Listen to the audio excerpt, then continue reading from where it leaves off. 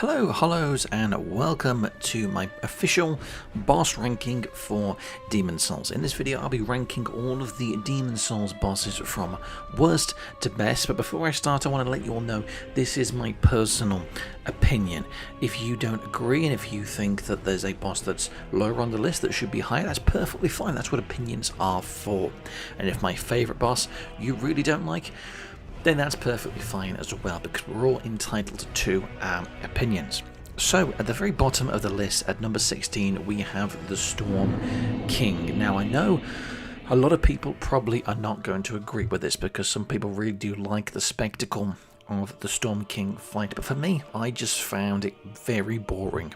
Personally, I think you're just running around with this sword and you're waiting for an opportunity for the big boss to come down, and a lot of the time you are literally just waiting there. You're just walking around. The boss is always going to take about 10 minutes and you're just waiting for him to come down to get a proper opportunity to attack. It's not difficult. In terms of spectacle, yes, okay, it's got that, but it's not difficult and it's just quite boring, I personally found. So that's the reason why for me it is at the bottom of the list. Next we have the Dirty Colossus. I personally think the Dirty Colossus and Leechmonger are both very similar bosses in that they look quite similar visually, and they're very easy, and they just don't really have much in the way of... Their attacks are very easy to predict. Both the fights are very similar. The bosses are easy and they're not really very memorable. You just breeze through them. Might die once to something stupid, but you just breeze through them generally and move on to the next area. 14 is the Leechmonger, for the exact same reasons I just stated, which is the reason why Dirty Colossus and Leechmonger are back to back on the list.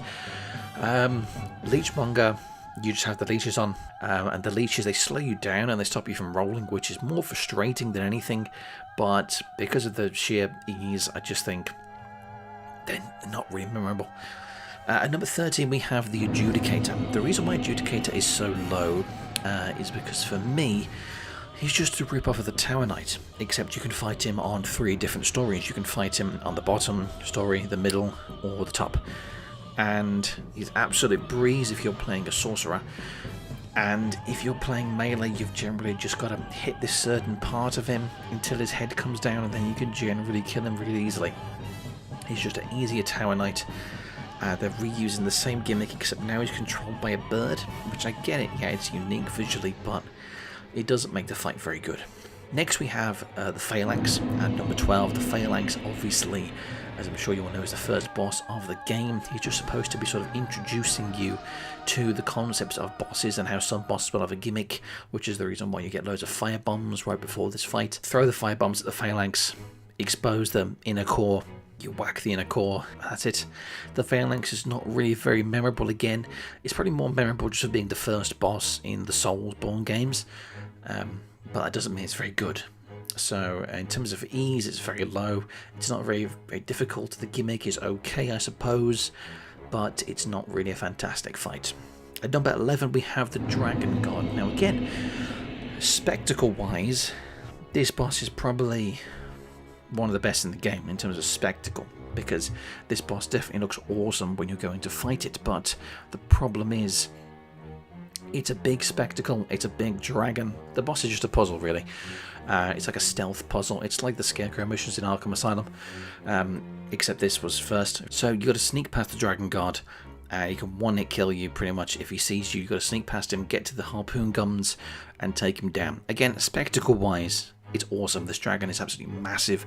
You only ever see his head, and his head alone is massive. It's huge.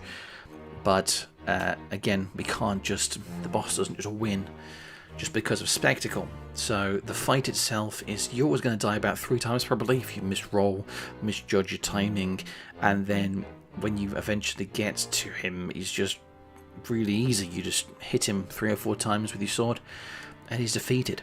So unfortunately, it's not as amazing as you'd think, this boss. Sadly, you think a Dragon God is going to be this big epic spectacle, and later on the series would do dragon fights much better, but here, unfortunately, it's a bit disappointing, this dragon fight. Next we have the Maneaters. Now the Maneaters would be done much better in Dark Souls 1.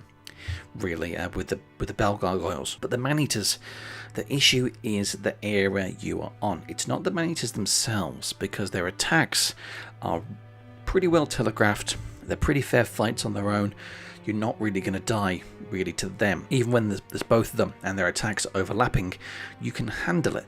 The issue is the terrain. You are on unsure footing, which means that if they hit you with some of their attacks that knock you back, they can literally knock you off the area and you fall to your death. So really, the only reason why they're so low is because of that, because there's loads of deaths to the Maneaters, which are just, you just think they're bullshit, and you're annoyed because you got knocked off the edge, not because the Maneaters are specifically very challenging. So that's the reason why they're so low, really. At number 9, then we have the fight that comes straight afterwards, which is the Old Monk.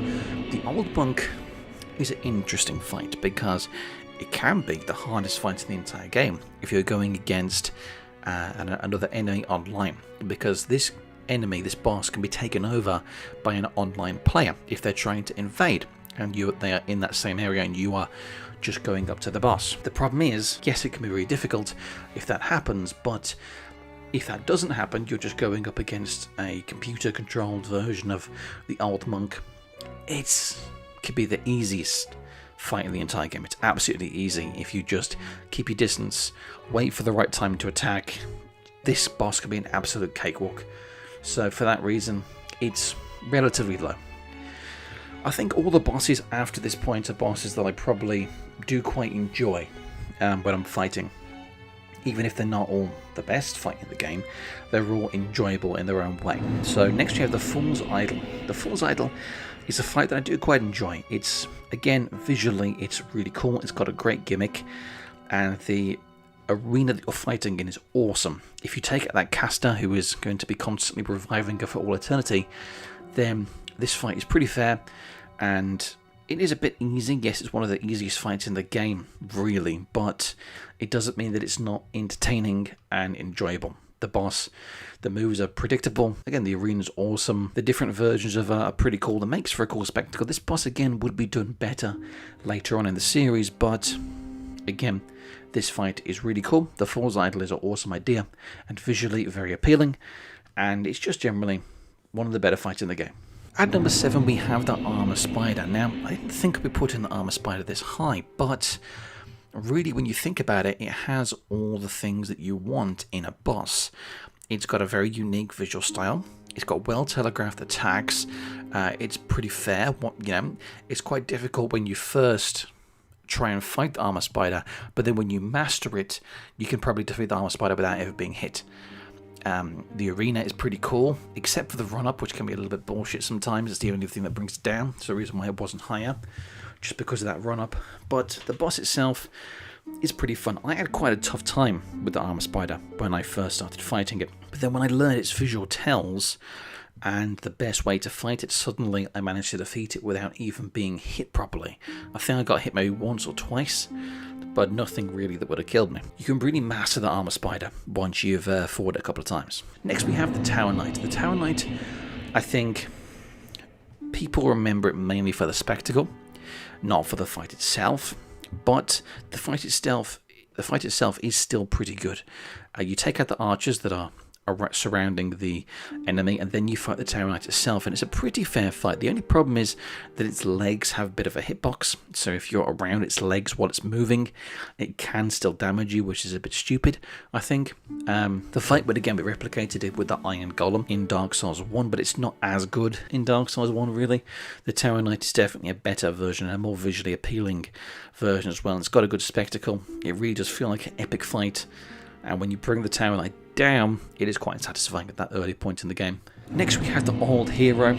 Now the Old Hero has the gimmick that he's blind, and this fight is pretty easy again, but it's still very satisfying to take it down. It's got a great arena. It's got pretty well telegraphed attacks. Again, it feels quite fair. There's nothing that it can do which feels bullshit. And whilst I did defeat him first try, I feel like, I could have potentially died a couple times if I'd not been so strong at that point in the game. It doesn't mean that it wasn't a fun fight. It was a very enjoyable fight, taking out the Old Hero. Its gimmick, again, because all the bosses in Demon Souls generally have a gimmick. This boss's gimmick is obviously being blind, but it didn't stop the fight from being entertaining. If you don't specifically try and be really quiet, he can be pretty, his attacks can be quite devastating if you don't fight him early in the game. Sorry, if you don't fight him late in the game. But he's quite a good fight, and that's why he's at number 5. Next we have Maiden, Astraea. This fight is only as high as it is because of the emotion, the story, and how everything at this point generally sort of comes together to make a very emotional fight, which is probably one of the most memorable fights in the game. It isn't the best fight in the game.